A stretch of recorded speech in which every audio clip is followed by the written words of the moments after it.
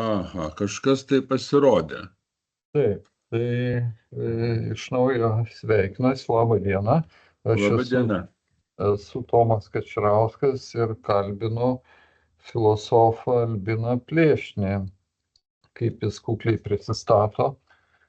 Ir noriu pasakyti, kad Albinas Plėšnys buvo mano dėstytojas kažkada praeito amžiaus 10-metį, kai aš studijavau Vilniaus universiteto filosofijos fakultete. Man Albinas dėstė bent 2 kursus, kiek atsimenu, mokslo filosofiją ir Liudviko Wittgensteino kursą. Tai iš ties malonu vėl susitikti ir susitinkam čia tokia proga, kad sugalvojau tinklalaidę, jos pavadinimas Dievas ir pasaulis. Ir šitoj tinklalaidėj noriu panagrinėti įvairius klausimus. Tai būtų filosofinė, visų pirma, nereliginė diskusija.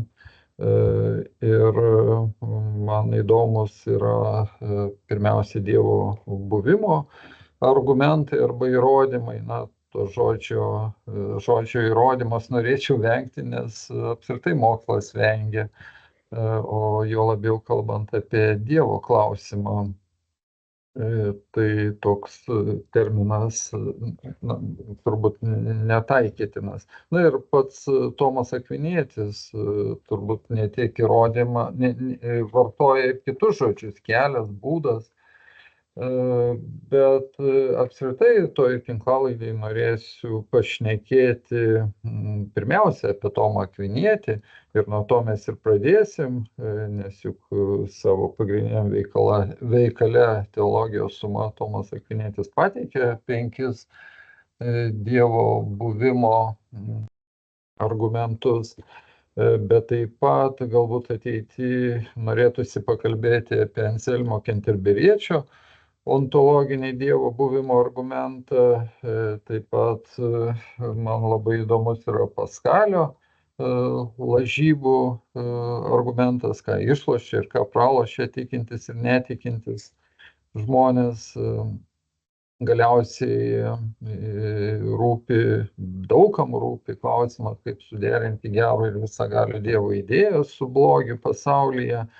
Ir Tomas Akvinietis minė šitą problemą. Taip pat visiems žinomas Immanuelis Kantas, jis kritikavo kitus Dievo buvimo įrodymus, bet pateikė naują, tai yra etinį argumentą. Taip pat įdomus klausimai apie evoliucijos teoriją, kaip čia su tuo susijęs Dievo klausimas. Juk yra Darvino pasekėjai, kaip Teilharas de Chardin, kuris iškelia teologinį evoliucionizmą, o ir pati evoliucijos teorija, klausimas, kiek jis suderinama su Dievo buvimu. Na, taip pat Jėzaus Kristaus istoriškumo klausimas, pavyzdžiui, lyginant su Sokratu. Taip pat įdomus klausimai apie psichologijos, medicinos ir tikėjimo santykį, galiausiai klausimai apie gyvenimą po gyvenimo ir ką mokslas byloja apie tai, kas mums nutinka po mirties. Yra juk įvairūs liudijimai po klinikinės mirties ir netgi yra įvairūs duomenys apie tai. Bet pirmiausiai norėčiau šiandien pakalbėti apie Tomą Akvinietį. Aš noriu išduoti paslaptį, kad mes su Albinu buvom susitikę panašiai prieš metus ir turėjom apie tai pokalbį ir padarėm net audio įrašą. Aš to įrašo niekur neplatinau, aš jį turiu savo archyve. Ten buvo truputį kiti planai, bet galbūt aš tas aplinkybės visas paaiškinsiu kitą progą šitos tinklalaidės kūrimo. O dabar grįžtant prie Tomo Akviniečio, tai norėčiau aš jį trumpai pristatyti ir tada jau kalbinsiu Albiną ir bandysim diskutuoti. Apskritai šita tinklalaidė pagal mano sumanymą tai skirta plačiai visuomeniai, ne siauram specialistų ratui, ne filosofams, kurie domisi būtent šią temą, ar apskritai filosofams, o platesniai publikai. Taigi norėtųsi paaiškinti ir norėtųsi kalbėti kuo suprantamiau. Ir jeigu tikėtina, kad žmonės kažko nesupranta, tai norėtųsi paaiškinti. Tai pirmiausia, aš norėčiau pristatyti tą progą Tomą Akvinietį. Tomas Akvinietis tai viduramžių mąstytojas, jis gyveno 13 amžiuje, gimęs 1225 metais ir gyveno lygiai 50 metų. Neatsimenu, ar jis jau turėjo 50, kai mirė, bet panašiai, gal ten kažkiek trūko. Ir įdomu tai, kad tai figūra, žmogus iš vadinamųjų tamsiųjų viduramžių, bet nepaisant to daugeliu prasmių jis yra šviesulys, nes iki šiol, aš dar pasitikrinau, yra pasaulyje pavadinti gal 20 universitetų, kolegijų, mokyklų jo vardu, ir jis iki šiol laikomas dideliu autoritetu mokslo pasaulyje. Taigi tie svarstymai apie tamsiuosius viduramžius galbūt ne visiškai korektiški. Į tai atkreipė dėmesį ir Huizinga savo knygoje Viduramžių ruduo. Tomas Akvinietis siejamas su Domininkonų ordinu, beje, Domininkonų ordinas siejamas su inkvizicija, bet tai jau vėlesni laikai, dar Tomo Akviniečio laikais nebuvo apie tai kalbos. Priešingai, Tomas Akvinietis gana sunkiai skynėsi kelią mokslo pasaulyje, vyko aršios diskusijos. O apskritai jo veiklas, nors jis kilęs iš Italijos, jo veikla susijusi su Paryžiaus universitetu. Čia reikia priminti, kad tuo metu mokslo kalba buvo lotynų kalba ir nekilo kažkokių didelių komunikacijos problemų. Tiesiog buvo bendraujama ir diskutuojama ir filosofuojama lotynų kalba, bent jau vakarų Europoje. Ir, Tomas Akvinietis turbūt,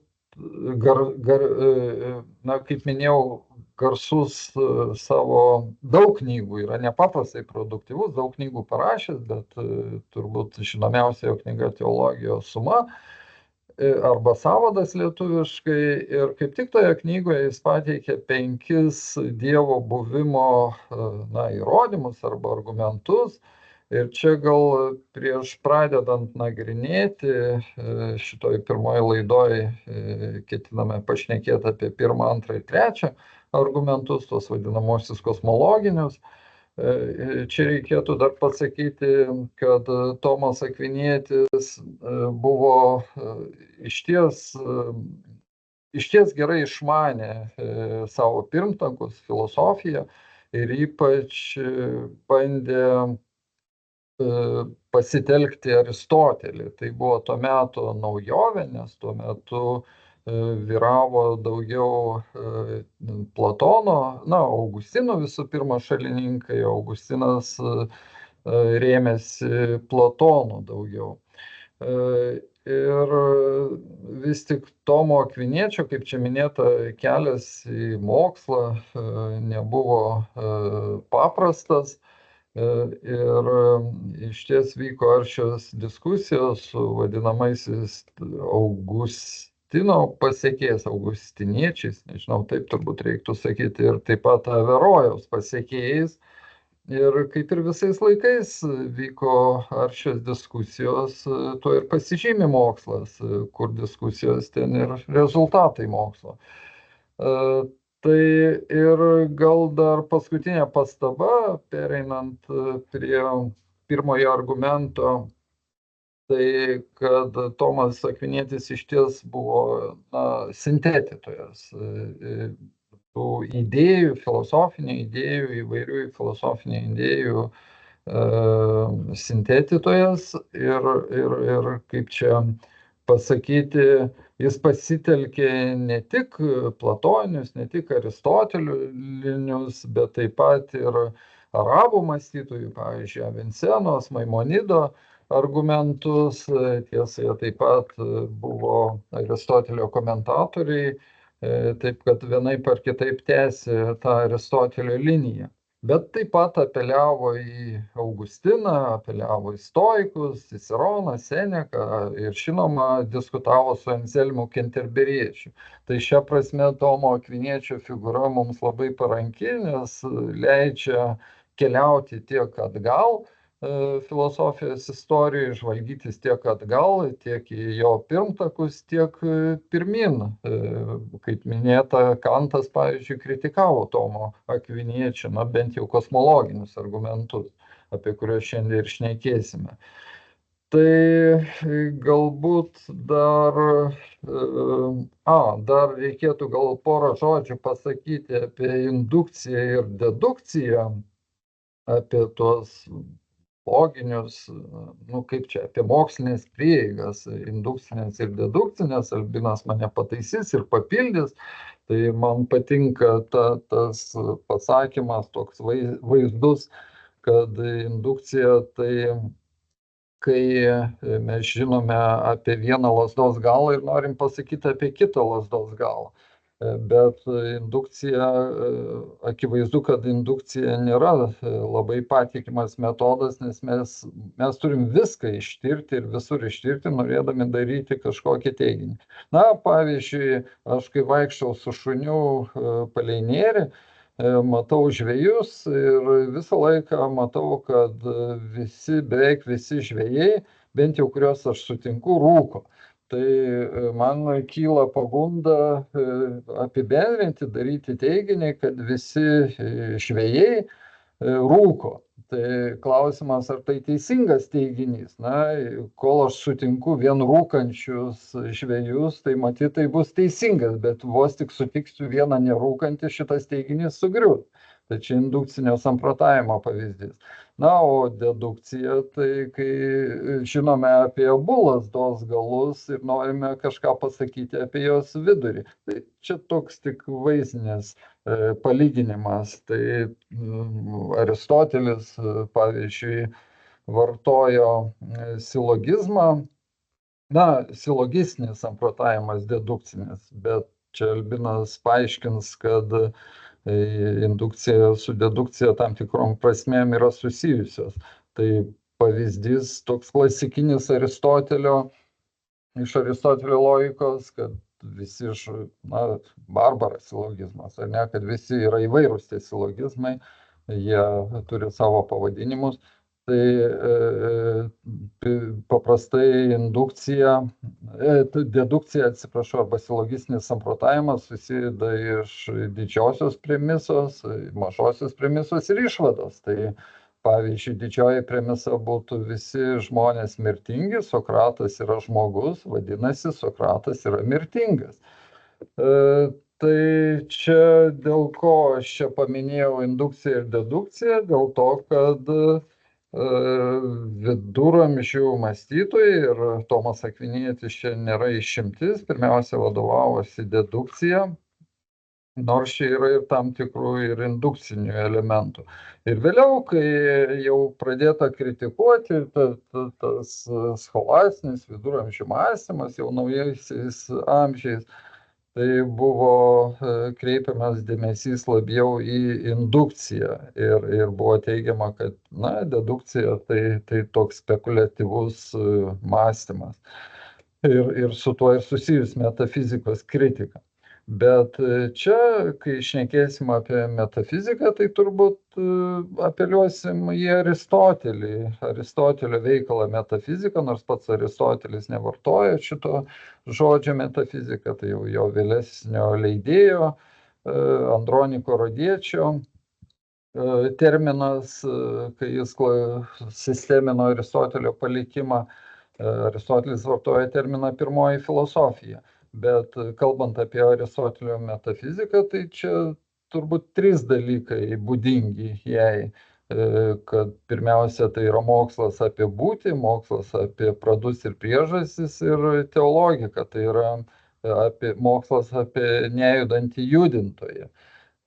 Tai čia po šitos ilgos įžangos norėčiau jau ir kreiptis į Albiną ir bandyti prakalbinti pirmiausia apie pirmąjį Tomo Akviniečio Dievo buvimo argumentą, kuris vadinasi judėjimo arba kismo, kitimo. Čia turbūt Albinas paaiškins, kad čia nėra neina kalba apie mechaninį judėjimą, nes Tomas Akvinietis, remdamasis Aristoteliu, apeliuoja į kitas judėjimo formas. Lotyniškais vadinasi eksmotu. Tai yra, iš čia tas angliškas terminas motion, čia yra latinizmas. Bet tas motion kaip tik tai ir numano labiau tą mechaninį judėjimą. Tai gerai, Albinai, tai tada pagaliau duodu žodį jums. Gerai, po ilgos įžangos. Prašau pristatyti tą pirmąjį judėjimą. Aš pirmiausia norėčiau pastabą dėl indukcijos sampratos viduriniaisiais amžiais ir Aristotelio filosofijoje. Indukcija graikiškai tai būtų epagogė, užvedimas ant kelio. Žmogaus intelektas turi savybę įžvelgti bendrybę, kuri glūdi atskiruose objektuose. Pavyzdžiui, sakysim, jeigu mes matome vieną kitą daiktą, tai gyvūną kokį nors ar žmogų, mes įžvelgiam tai, kas jiems yra bendra. Čia mūsų proto yra sugebėjimas ir jisai vadinasi užėjimas ant kelio. Tas pats indukcijo, tai čia yra vertimas praktiškai, sakykime. Toliau Aristotelis bando pagrįsti loginiu būdu tą epagogę indukciją. Jisai siūlo indukcinį silogizmą. Dabar jeigu imsime barbarą silogizmą, visi žmonės yra mirtingi, Sokratas yra žmogus, vadinasi, Sokratas yra mirtingas. Čia yra dedukcinis samprotavimas ir jisai yra taisyklingas. Jeigu mes pertvarkom į indukcinį silogizmą, pasidarys toksai variantas. Sokratas yra žmogus, Sokratas yra mirtingas, vadinasi, visi žmonės yra mirtingi. Toksai silogizmas yra netaisyklingas. Jeigu mes sugebėsime įrodyti, kad šitas silogizmas galioja, kad jame nėra klaidų, nes čia gali būti klaidos. Jis nėra taisyklingas. Jeigu taisyklingas silogizmas, tai jis absoliučiai būtinai duoda teisingą rezultatą. Tada mes jau galėsime indukciją pagrįsti. Tai čia buvo viduriniaisiais amžiais.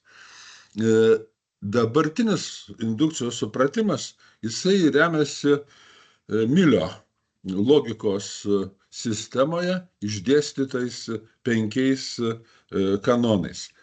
Jie yra visiškai kitokie. Ir tiesą sakant, apie juos irgi būtų galima pašnekėti ir apie indukciją galima plačiai šnekėti, bet grįžkime vis tik tai prie mūsų temos arčiau.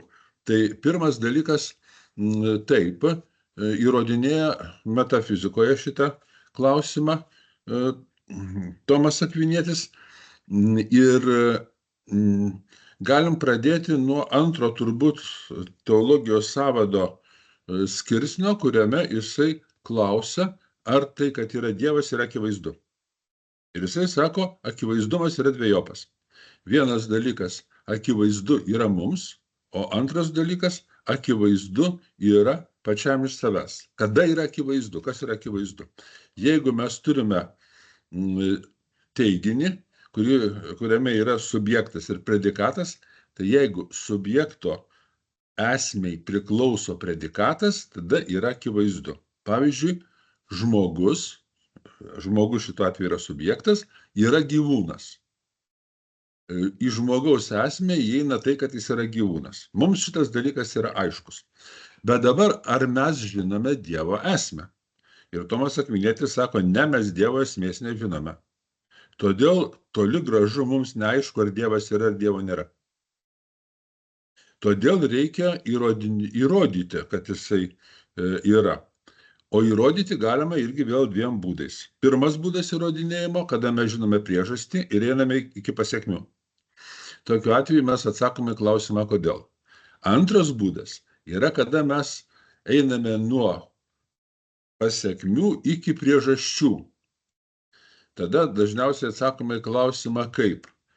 Ir deja, mes galime eiti tik tai antruoju keliu, tik tai nuo pasekmių iki priežasčių. Kitaip tariant, mes galime įrodinėti remdamiesi tam tikrais pėdsakais. Šitoks įrodinėjimo būdas, aišku, jis yra labai populiarus ir visa kriminalistika tuo remiasi. Kiekvienas medžiotojas gali pasakyti, va čia kokios žvėries yra pėdsakai. Taigi, Tomas Akvinietis ir pradeda nuo to, kokie yra tie Dievo pėdsakai, kaip mes jais galime judėti. Ir pirmas argumentas yra taip vadinamas ex motu, iš judėjimo, bet vėlgi, judėjimą Tomas Akvinietis supranta taip, kaip jis suprato Aristotelis. O Aristoteliui kiekvienas kitimas yra judėjimas. Tai gali būti atsiradimas, išnykimas, virsmas kokybinis, gali būti didėjimas, mažėjimas ir pagaliau mechaninis judėjimas. Mes deja dažniau siejame su mechaniniu judėjimu, bet čia Aristotelis to nedaro. Taip galime mes sakyti apibendrindami, kad iš tikrųjų tai yra potencijos virtimas aktu, kaip potencijos vyksta virtimas aktu, arba kaip aktualizuojasi galimybė. Ir jeigu mes imsime tuo pačiu atžvilgiu tą patį veikimą, tai kartu būti potencialiai ir aktualiai niekas negali. Pavyzdžiui, jeigu mes turime arbatinukyje šaltą vandenį, tai jisai negali tuo pačiu metu būti ir karštas. Tai prieštaravimo dėsniui, būties dėsniui šitas dalykas, su būties dėsniu nesuderinamas yra. Na ir dabar, aišku, jeigu mes imame, kad kažkas aktualizuojasi, vadinasi, aktualizuoti turėjo kažkas kitas. Dabar tą kitą turėjo aktualizuoti dar kažkas kitas. Ir taip mes judame šitokiame aktualizacijų eile, labai ilgai galim judėti. Bet privalo būtinai būti pirmas aktualizatorius, kuris yra grynas aktas, actus purus, neturi jokios potencijos, yra gryna aktualizacija ir jisai viską aktualizuoja. Nes begalinė eilė yra beprasmė. Jeigu bus eilė begalinė, tai mes neturėsime paskutinio nario. Ir vidurinio nario taip pat neturėsime. Ir va tas grynasis aktas, kuris visą aktualizuoja ir yra vadinamas Dievu. Tai kartais šitas įrodymas yra kritikuojamas, sakant, kad yra būtybių, kurios pačios savaime aktualizuoja. Pavyzdžiui, gyvūnai. Jie patys juda tarsi. Tačiau tai nėra taip.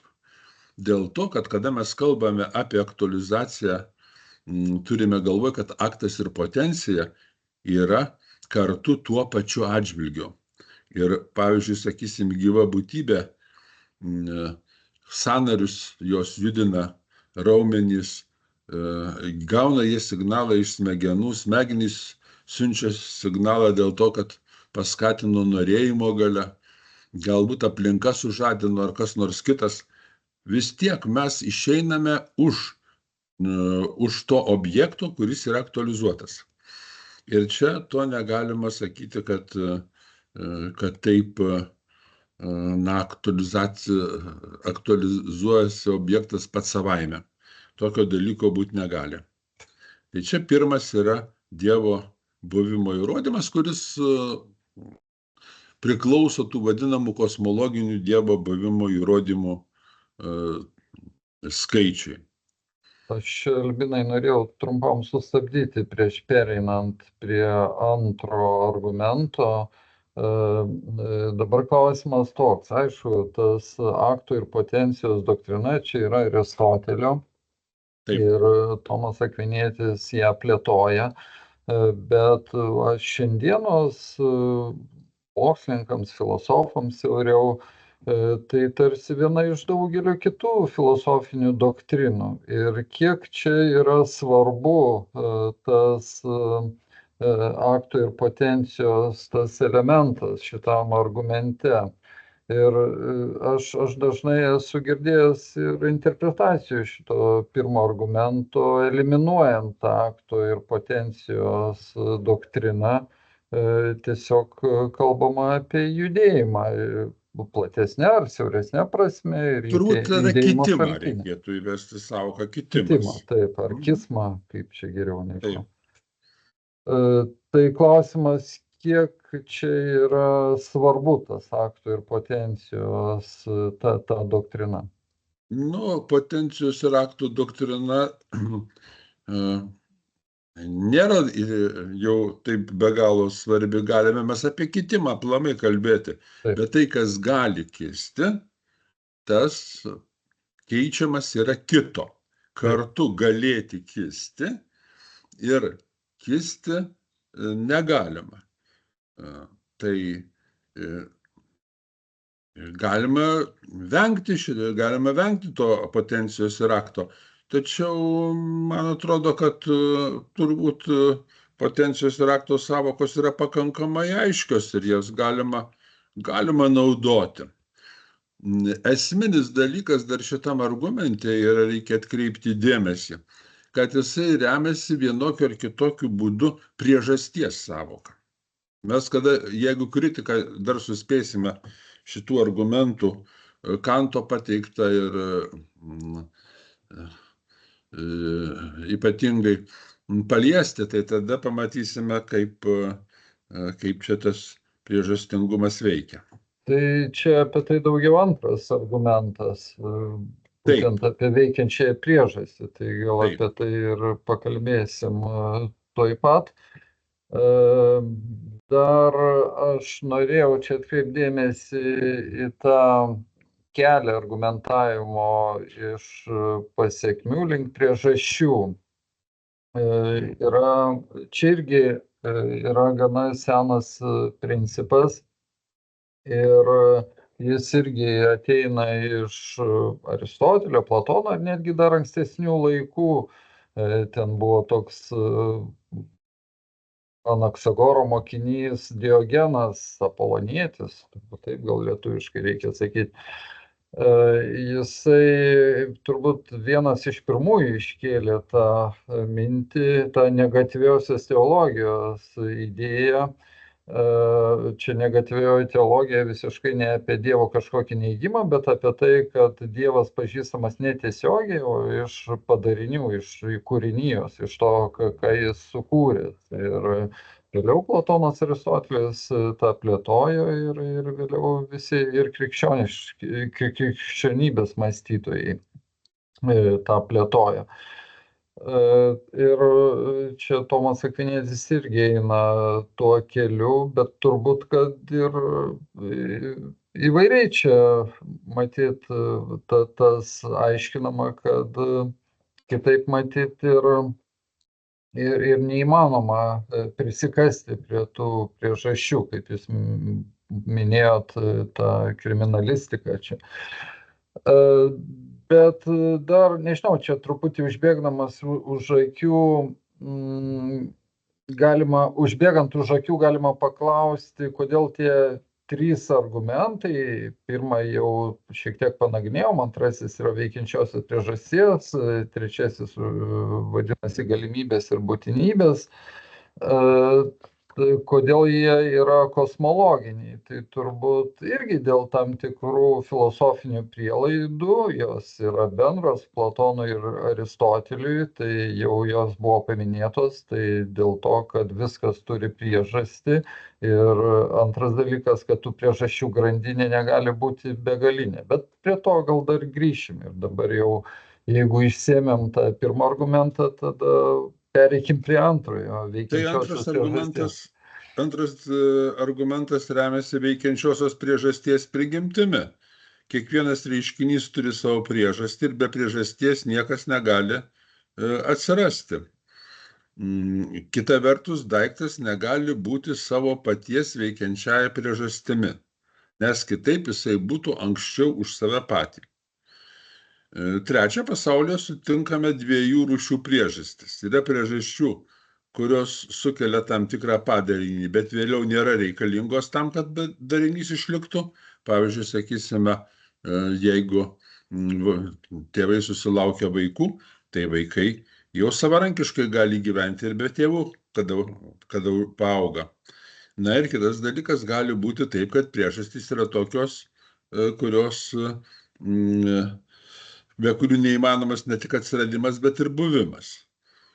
Tai tokiu atveju mes turime dviejų rūšių priežastis. Na ir jeigu mes eisime priežasčių grandinę ir pirmo ir antro atveju priežasčių grandinę, galiausiai prieisime pirmąją priežastį. Ja pasieksime ir tuo atveju, kai priežastys yra tik atsiradimo atveju, ir tuo atveju, kada jos būtinai reikalauja išlikti. Pavyzdžiui, sakysim, jeigu mes turime važiuojantį automobilį, tai mums būtinai reikia, kad visą laiką tas variklis dirbtų, nes kitaip automobilis sustos. Šitokiu atveju mes turime galvoje, kad judėjimo priežastis turi visą laiką veikti. Tai ir abiem atvejais vis tiek mes juntamų daiktų pasaulyje atrandame tam tikrą veikiančių priežasčių tvarką. Ir nėra tokio atveju, kad daiktas būtų savo paties veikiančiąją priežastimi. Tačiau veikiančiosios priežasčių eilė vėlgi negali eiti iki begalybės. Dėl to, kad jeigu nebus pirminės priežasties, tai nebus ir galutinės priežasties ir tarpinės priežasties. Na ir tokiu būdu mes galime sakyti, kad egzistuoja pirminė priežastis ir ta pirminė priežastis būtent ir yra Dievas.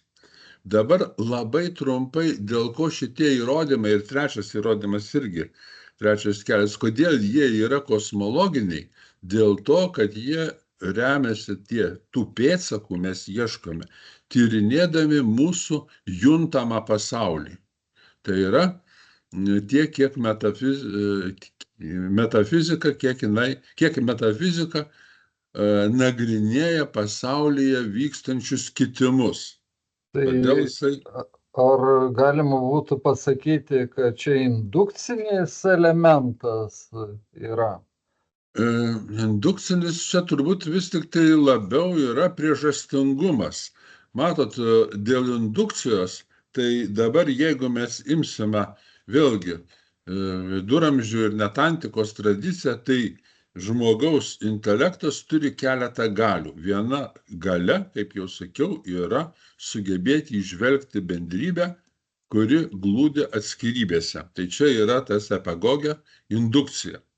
Ja galima antrojoje ir pirmoje analitikoje Aristotelis šitos dalykus aprašo. Antra galia yra, tai čia pirma galia susijusi su sąvokų konstravimo galia. Antroji galia yra sprendimo galia. Sprendimo galia yra jungiama arba skiriama du elementai. Tai pavyzdžiui, predikatas ir subjektas. Ir trečia galia yra samprotavimo galia. Samprotavimo galia viduriniaisiais amžiais buvo, aišku, dedukcinis samprotavimas, o indukcija buvo priskirta daugiau tai pirmajai galiai. Vėliau keičiasi padėtis. Keičiasi padėtis jau po viduramžių. Tai čia reikia atsargiai kalbėti dėl tos indukcijos. Pasakyti ten tiksliai, kad čia indukcinis apibendrinimas, ne. Čia veikiau yra,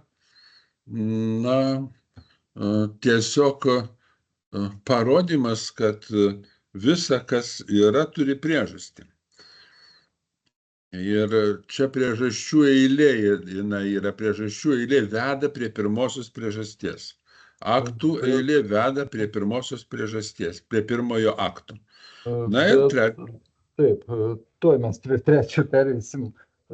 Čia tik porą pastabėlių, kad na, tai tas argumentas, kad niekas negali būti savo priežastim, tai pirmiausia loginis, nes jeigu būtų savo priežastimis, būtų anksčiau už save. Taip. Nu, tas prieštarauja sveikam protui tarsi. Taip. Bet taip pat, matyt, galima ir indukciškai paremti, juk nėra išimties iš šitos taisyklės. Mes nematom tokio daikto, dar nesutikom, kad būtų savo priežastis. Taip, galima ir taip sakyti. Bet čia jau ta indukcija, jinai labiau būtų būdinga, sakyčiau, miliškam supratimui. Čia vėlesnis galbūt laikas, vėlesnis supratimas indukcijos. Bet dabar senasis užmirštas yra. Praktiškai užmirštas. Nu taip. Mes jau norom, nenorom taikom tą vėlesnį požiūrį į indukciją. Dar aš noriu čia priminti, mes lyg ir praleidom, kad Aristoteliui juk buvo bent 4 priežastys. Ir čia neatsitiktinai yra tas žodis veikiančioji priežastis, lotyniškai causa efficiens. Tai ten dar yra formalioji, materialioji ir tikslo. Tai apie tikslus mes pašnekėsim, kai kalbėsim apie 5. Ir 4. argumentą. Taip. Tai ir dar šitoj vietoje aš norėjau paklausti, vis tik yra dabar toks diskursas, kad priežastingumas čia yra pasenus kategorija, ypač, tam turi įtakos turbūt bent 2 mąstytojai, tai Davidas Hjumas, naujųjų laikų mąstytojas.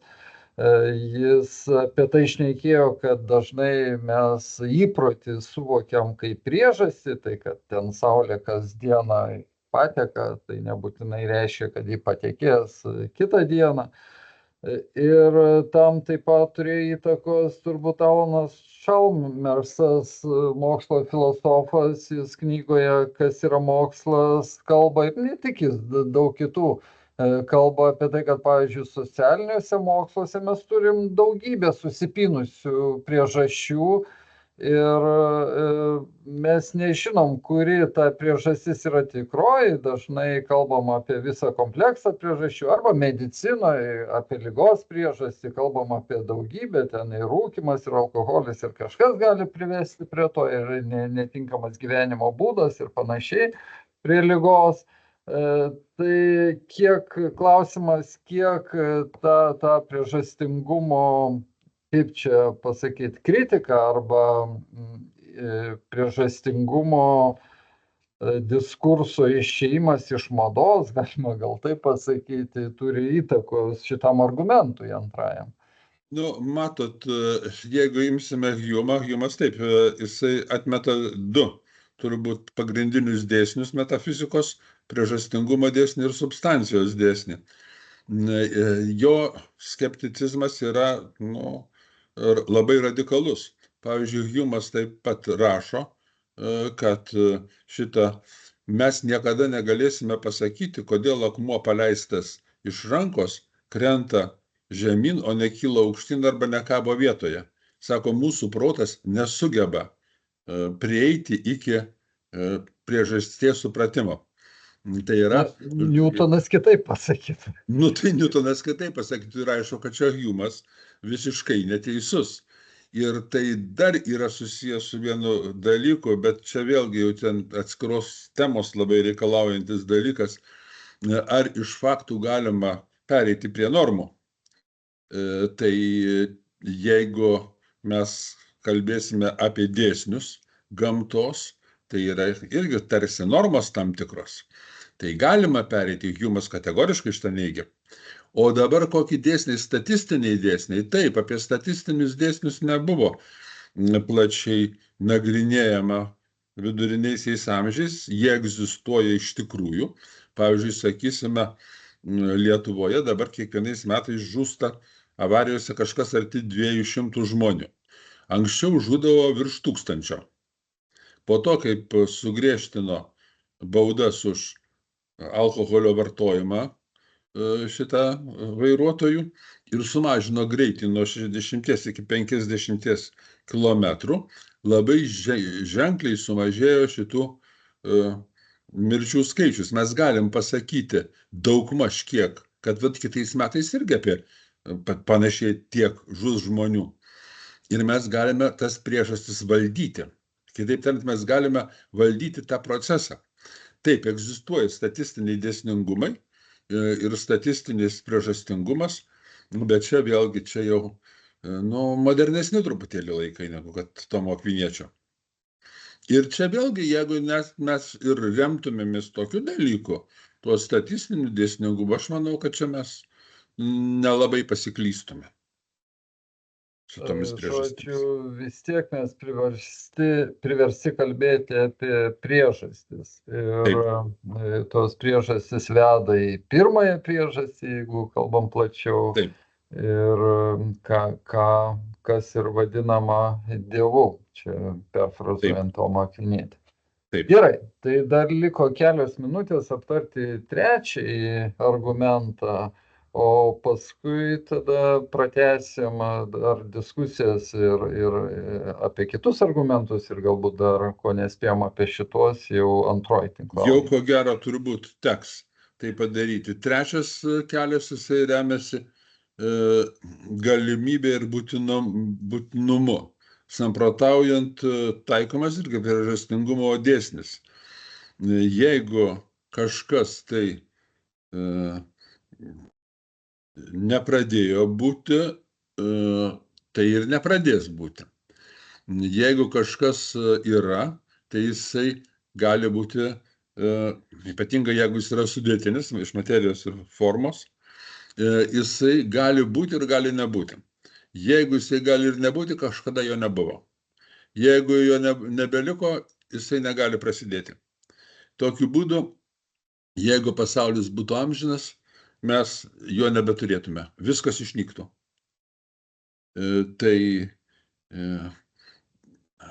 Bet tai liečia ne tik tai materialius daiktus, tai liečia ir tie, kurie yra be materijos daiktai. Dėl to, kad, angelai, pavyzdžiui, sakysime, dėl to, kad jie patys iš savęs nebūna, jų egzistavimas ir esmė skiriasi. Tai jeigu jų nebuvo, jų atsirasti negali irgi. O jeigu jie yra, tai tada šitą, reikalinga tas, kas jų buvimą palaikytų. Ir taip mes negalime kalbėti iki begalybės, vėlgi, taigi turi būti kūrėjas, kuris yra suteikiantis būtinumą viskam, kas yra. Visa, kas yra kūrėjo, galima sakyti, veikla. Negalim nepripažinti egzistavimo tam tikros būtybės, kuri iš kitur neįgyja būtinumo ir būna iš savęs, suteikdama būtinumą visiems kitiems. Ir visi apie tą tokią būtybę kalba kaip apie Dievą. Tai čia trečias argumentas. Gerai, tai Albinai, aš siūlau dabar padaryti tašką padėti šitam susitikime ir susitiksim antram susitikime, kur pratęsim šitas diskusijas. Tai ko gero teks šitą vis tik tai pabandyti, dar trumpai aptarti visus šitos įrodymus. Taip, dar teks grįžti prie tų visų trijų kosmologinių argumentų, nes mes šiek tiek nespėjom to padaryti pirmoji diskusija. Tai gerai, tada kol kas širdingai dėkoju ir susitiksime antroji diskusijai.